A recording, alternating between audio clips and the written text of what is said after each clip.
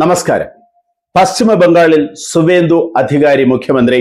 അത് ബംഗാളിന്റെ രാഷ്ട്രീയത്തിൽ BJP ഒരു സുവർണ ദിനമായി കാണുന്നു. BJPയുടെ എക്കാലത്തെയും സ്വപ്നമായിരുന്നു പശ്ചിമ ബംഗാളിലെ ഭരണമെന്നത്. അത് സുവേന്ദു അധികാരിയിലൂടെ നടപ്പിലാക്കിയപ്പോൾ BJP സ്ഥാനത്തുണ്ടായ സന്തോഷം ചെറുതല്ല. തങ്ങളുടെ വൺ പാർട്ടി വൺ നാഷൻ എന്ന സിദ്ധാന്തത്തിലേക്ക് കാര്യങ്ങൾ എത്തുകയാണ് എന്ന് BJP വിശ്വസിക്കുന്നു. അമിത്ഷായുടെ ഏറ്റവും വിശ്വസ്തനായ പോരാളിയാണ് സുവേന്ദു അധികാരി. മുഖ്യമന്ത്രി സ്ഥാനത്തേക്ക് സുവേന്ദു അധികാരി അല്ലാതെ മറ്റു ചിലരെയൊക്കെ പ്രതീക്ഷിച്ചിരുന്നു എങ്കിലും അമിത്ഷാ തന്നെയായിരുന്നു സുവേന്ദു അധികാരിയെ തെരഞ്ഞെടുത്തതിൽ മുഖ്യൻ. സാധാരണ ജനവും സുവേന്ദു അധികാരി അല്ലാതെ മറ്റാരെയും മുഖ്യമന്ത്രിയായി കണ്ടില്ല. ബംഗാളിലെ BJP മുൻ അധ്യക്ഷനായിരുന്ന സമീക് ഭട്ടാചാര്യ ഉൾപ്പെടെ പിന്തള്ളിയാണ് സുവേന്ദു അധികാരി മുഖ്യമന്ത്രി സ്ഥാനത്തേക്ക് എത്തിയത്.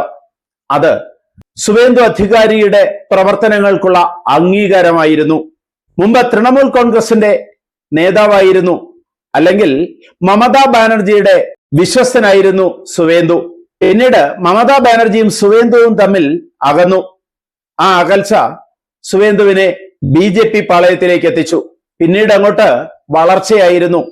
അടിത്തട്ടിൽ പ്രവർത്തനം എങ്ങനെയാണ് നടത്തേണ്ടത് എന്നറിയാമായിരുന്ന സുവേന്ദു, മമതാ ബാനർജിയുടെ ശരിയും തെറ്റും തിരിച്ചറിയാമായിരുന്ന സുവേന്ദു, വീഴ്ചകൾ എന്തൊക്കെയാണ് എന്ന് തിരിച്ചറിയാമായിരുന്ന സുവേന്ദു ആ രീതിയിൽ തന്നെ പ്രവർത്തനങ്ങൾ നടത്തി. മമതയെ ഉൾപ്പെടെ തോൽപ്പിച്ചു. തൃണമൂൽ കോൺഗ്രസിനെ തോൽപ്പിച്ചു എന്നല്ല പറയുന്നത്, മമതയെ ഉൾപ്പെടെ തോൽപ്പിച്ചു. ആ മമതയെ തോൽപ്പിച്ചതും സുവേന്ദു അധികാരി തന്നെയാണ്. മമതയുടെ വിശ്വസ്തനായിരുന്നു സുവേന്ദു. എന്നാൽ തൃണമൂൽ കോൺഗ്രസിൽ മമതയുടെ അനന്തരവൻ അഭിഷേക് ബാനർജി പിടിമുറുക്കിയതോടുകൂടി സുവേന്ദു അകലുകയായിരുന്നു. പിന്നെയാണ് പാർട്ടിയിൽ നിന്ന് പുറത്തേക്ക് പോയത്. അടുത്ത ഇലക്ഷൻ വന്നപ്പോൾ സുവേന്ദുവിന്റെ സ്ഥിരം മണ്ഡലമായ നന്ദിഗ്രാമിൽ ചെന്ന് മമത സുവേന്ദുവിനെ പകരം വീട്ടുന്നതിന് മത്സരിച്ചു. അവിടെ സുവേന്ദു തന്നെ ജയിക്കുകയായിരുന്നു. മമതാ ബാനർജി അമ്പേ പരാജയപ്പെട്ടു. പിന്നീട് മറ്റൊരാളിനെ മാറ്റി നിർത്തി അവിടെ മത്സരിച്ച് വിജയിച്ചാണ് മമതാ ബാനർജി തന്റെ മുഖ്യമന്ത്രി കസേര നിലനിർത്തിയത്. ഇത്തവണ സുവേന്ദു അതിനും പകരം വീട്ടി. മമതാ ബാനർജിയുടെ ഭവാനിപ്പൂരിൽ ചെന്ന് മത്സരിച്ച് മമതാ ബാനർജിയെ പരാജയപ്പെടുത്തി സുവേന്ദു മുഖ്യമന്ത്രി കസേരയിലേക്ക്. 35 വർഷം 3.5 പതിറ്റാണ്ട് പശ്ചിമ ബംഗാൾ ഭരിച്ച CPM-നെ അധികാരത്തിൽ നിന്നും പുറത്താക്കിയാണ് മമതാ ബാനർജി അധികാരത്തിലേക്ക് എത്തുന്നത്. 15 വർഷം മുടിചൂടാ മന്നനായി ഇരുവാക്ക് എതിർവായില്ലാതെ ഭരിച്ച തൃണമൂൽ കോൺഗ്രസ് അല്ലെങ്കിൽ മമതാ ബാനർജിയെ പുറത്താക്കിയാണ് സുവേന്ദു അധികാരി ഇത്തവണ അധികാരം പിടിച്ചിരിക്കുന്നത്. കഴിഞ്ഞ തവണ 77 പശ്ചിമ ബംഗാളിൽ BJPയുടെ സീറ്റ് നില.